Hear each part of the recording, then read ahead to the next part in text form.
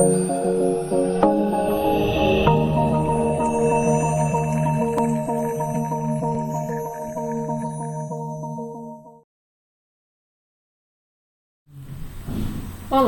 sejam bem-vindos ao nosso terceira videoaula. No vídeo passado a gente discutiu um pouco os conceitos e o desenvolvimento desse conceito de cultura na teoria antropológica, para a gente entender o que significa cultura, o que vocês entenderam pelo termo cultura, o que é cultura para vocês. Foi essa questão lançada na aula, videoaula anterior. Hoje eu gostaria de falar com vocês sobre a questão de raça e etnia, seus usos, como esses usos ele é apropriado pela política no sentido de exclusão.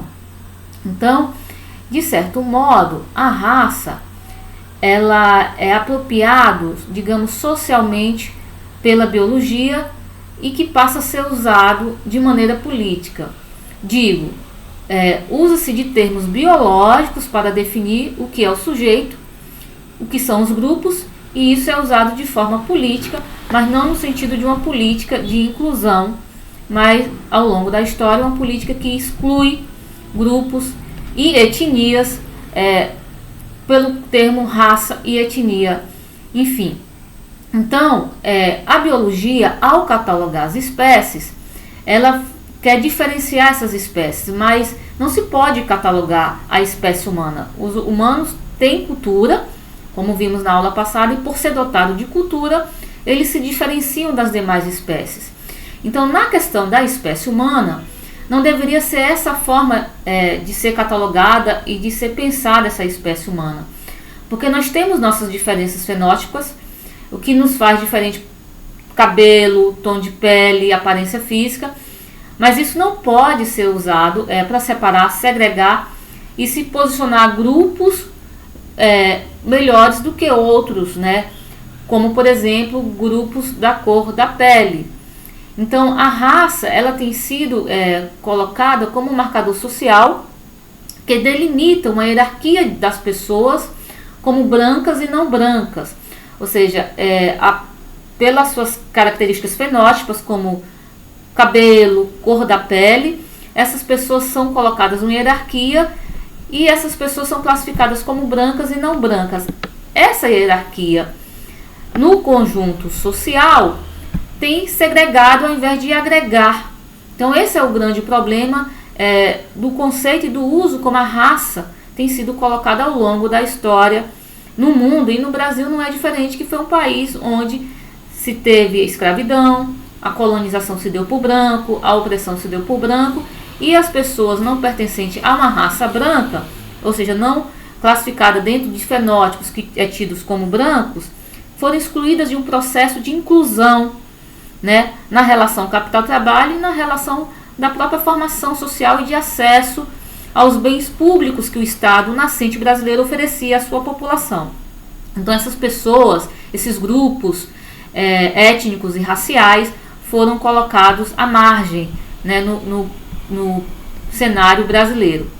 Então é interessante notar, e aqui eu quero citar um texto, mas antes de citar o texto, eu quero fazer também uma diferenciação sobre a questão de etnia, para a gente não confundir. O conceito de etnia, ele delimita grupos que têm como especificidades características históricas, culturais, geográficas comuns, tá? Então aqueles grupos que têm características históricas, culturais e geográficas comuns são tidos como etnias, não necessariamente raça. Veja, não dá para a gente substituir o conceito de etnia por raça, porque etnia ela não dá conta de compreender as dinâmicas que a raça traz, em especial no Brasil, que são marcadas, como eu já comentei, profundamente por um processo de exclusão. Dentro da raça, você pode ter grupos étnicos. Se a gente pensar questão indígena, há uma infinidade de grupos étnicos dentro da raça indígena, se assim a gente quiser nomear. Tem os pancararus, tem os yanomamis, tinha os potiguaras. Então, dentro disso que a gente chama de indígena, desse agrupamento ou dessa raça indígena, você tem várias etnias, porque são, dentro dessa raça indígena, são aqueles grupos que têm especificidades construídas pela sua ocupação de território, pela sua formação histórica, pela sua linguagem, que se diferencia de outros grupos como Yanomamis, que são diferentes dos Pancararus, que são diferentes dos Guaranis. Enfim, você tem uma infinidade de grupos étnicos, e isso não diferencia na questão negra. Então, aqui no Brasil foram várias etnias no processo de colonização, de escravidão, que vieram da África, de países distintos, com culturas distintas, com marcadores históricos distintos, que delimitam a etnia, a banto, a cangolês, enfim, os que vieram da Nigéria, que os separam enquanto etnias, mas a raça os agregam como um marcador social único, que os une, que une essas etnias. Então, assim, etnia não substitui o conceito de raça. A raça, ela oferece uma dinâmica maior e mais complexa para entender esses processos, pensando o Brasil, que é um país marcado dentro aí de um processo de escravidão, de exclusão. Foi o último país a abolir a escravatura, e só o fez por pressão da Inglaterra. Uma coisa importante que eu quero chamar, e aqui voltando à questão do livro, na década de 60 no Brasil, ela é importante porque ela ficou assinalada pelo aumento de estudos sobre o negro brasileiro. Durante anos, analisou-se um ou dois livros sobre a participação dos africanos no Brasil, que começou, como eu falei no vídeo passado, a partir de uma obra importante para a compreensão da questão cultural, dessas raças e dessas misturas, que formam o povo brasileiro, que foi o livro do Gilberto Freire, que eu nomeei no vídeo passado, chamado Casagrande Senzala. Então, ele é um marco para a compreensão das relações raciais e étnicas existentes no Brasil. Veja, Gilberto Freire, ele não fala de uma democracia racial, mas ele aponta aí que como se não houvesse conflito, como se fosse um paraíso racial. Então, é importante ler esse livro, porque eu acho que diz muito de uma plasticidade, de uma maleabilidade dessas raças e ocupação dessas etnias no território nacional. Contudo, nos anos seguintes, estudiosos tomaram posições mais críticas, pondo de lado velhos chavões que existiam aqui, de que não existia preconceito racial no Brasil. Então, esses estudiosos buscaram enfoques e abordagens inéditas sobre o problema racial, analisando aí aspectos que até então não tinham sido estudados e amparados em pesquisa de campo, e aí eles começaram a ir a campo e trabalhar esses dados de maneira mais minuciosas. E aí um grande livro e um grande estudo foi aquele realizado pelo professor Florestan Fernandes, que é o livro chamado Negro no Mundo dos Brancos.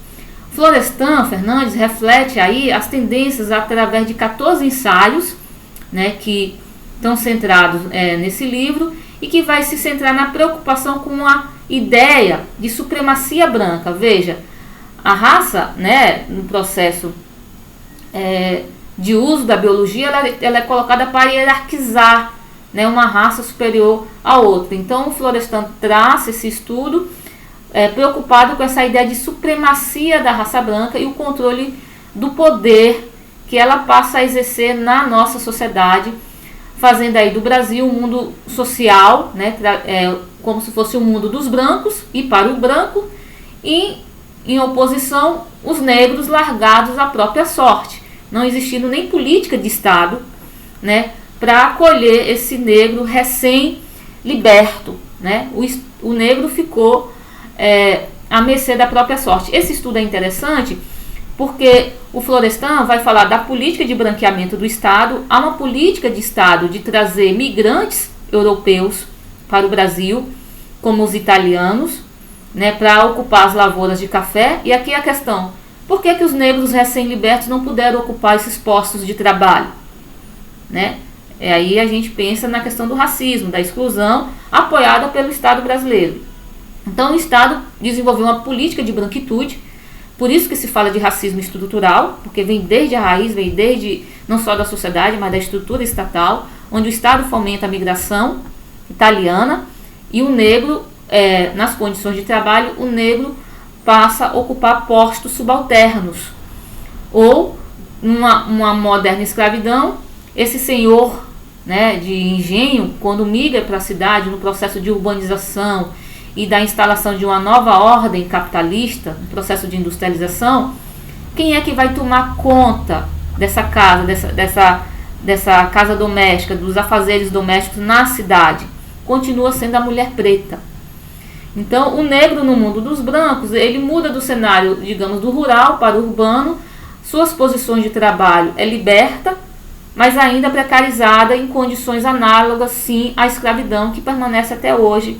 Por isso, toda uma política hoje no processo democrático de inclusão, de reparação histórica, de cotas para essas populações que historicamente foram excluídas do processo de construção de direitos, de igualdade, de partilha da produção da riqueza nacional, que eles possam também ter acessos.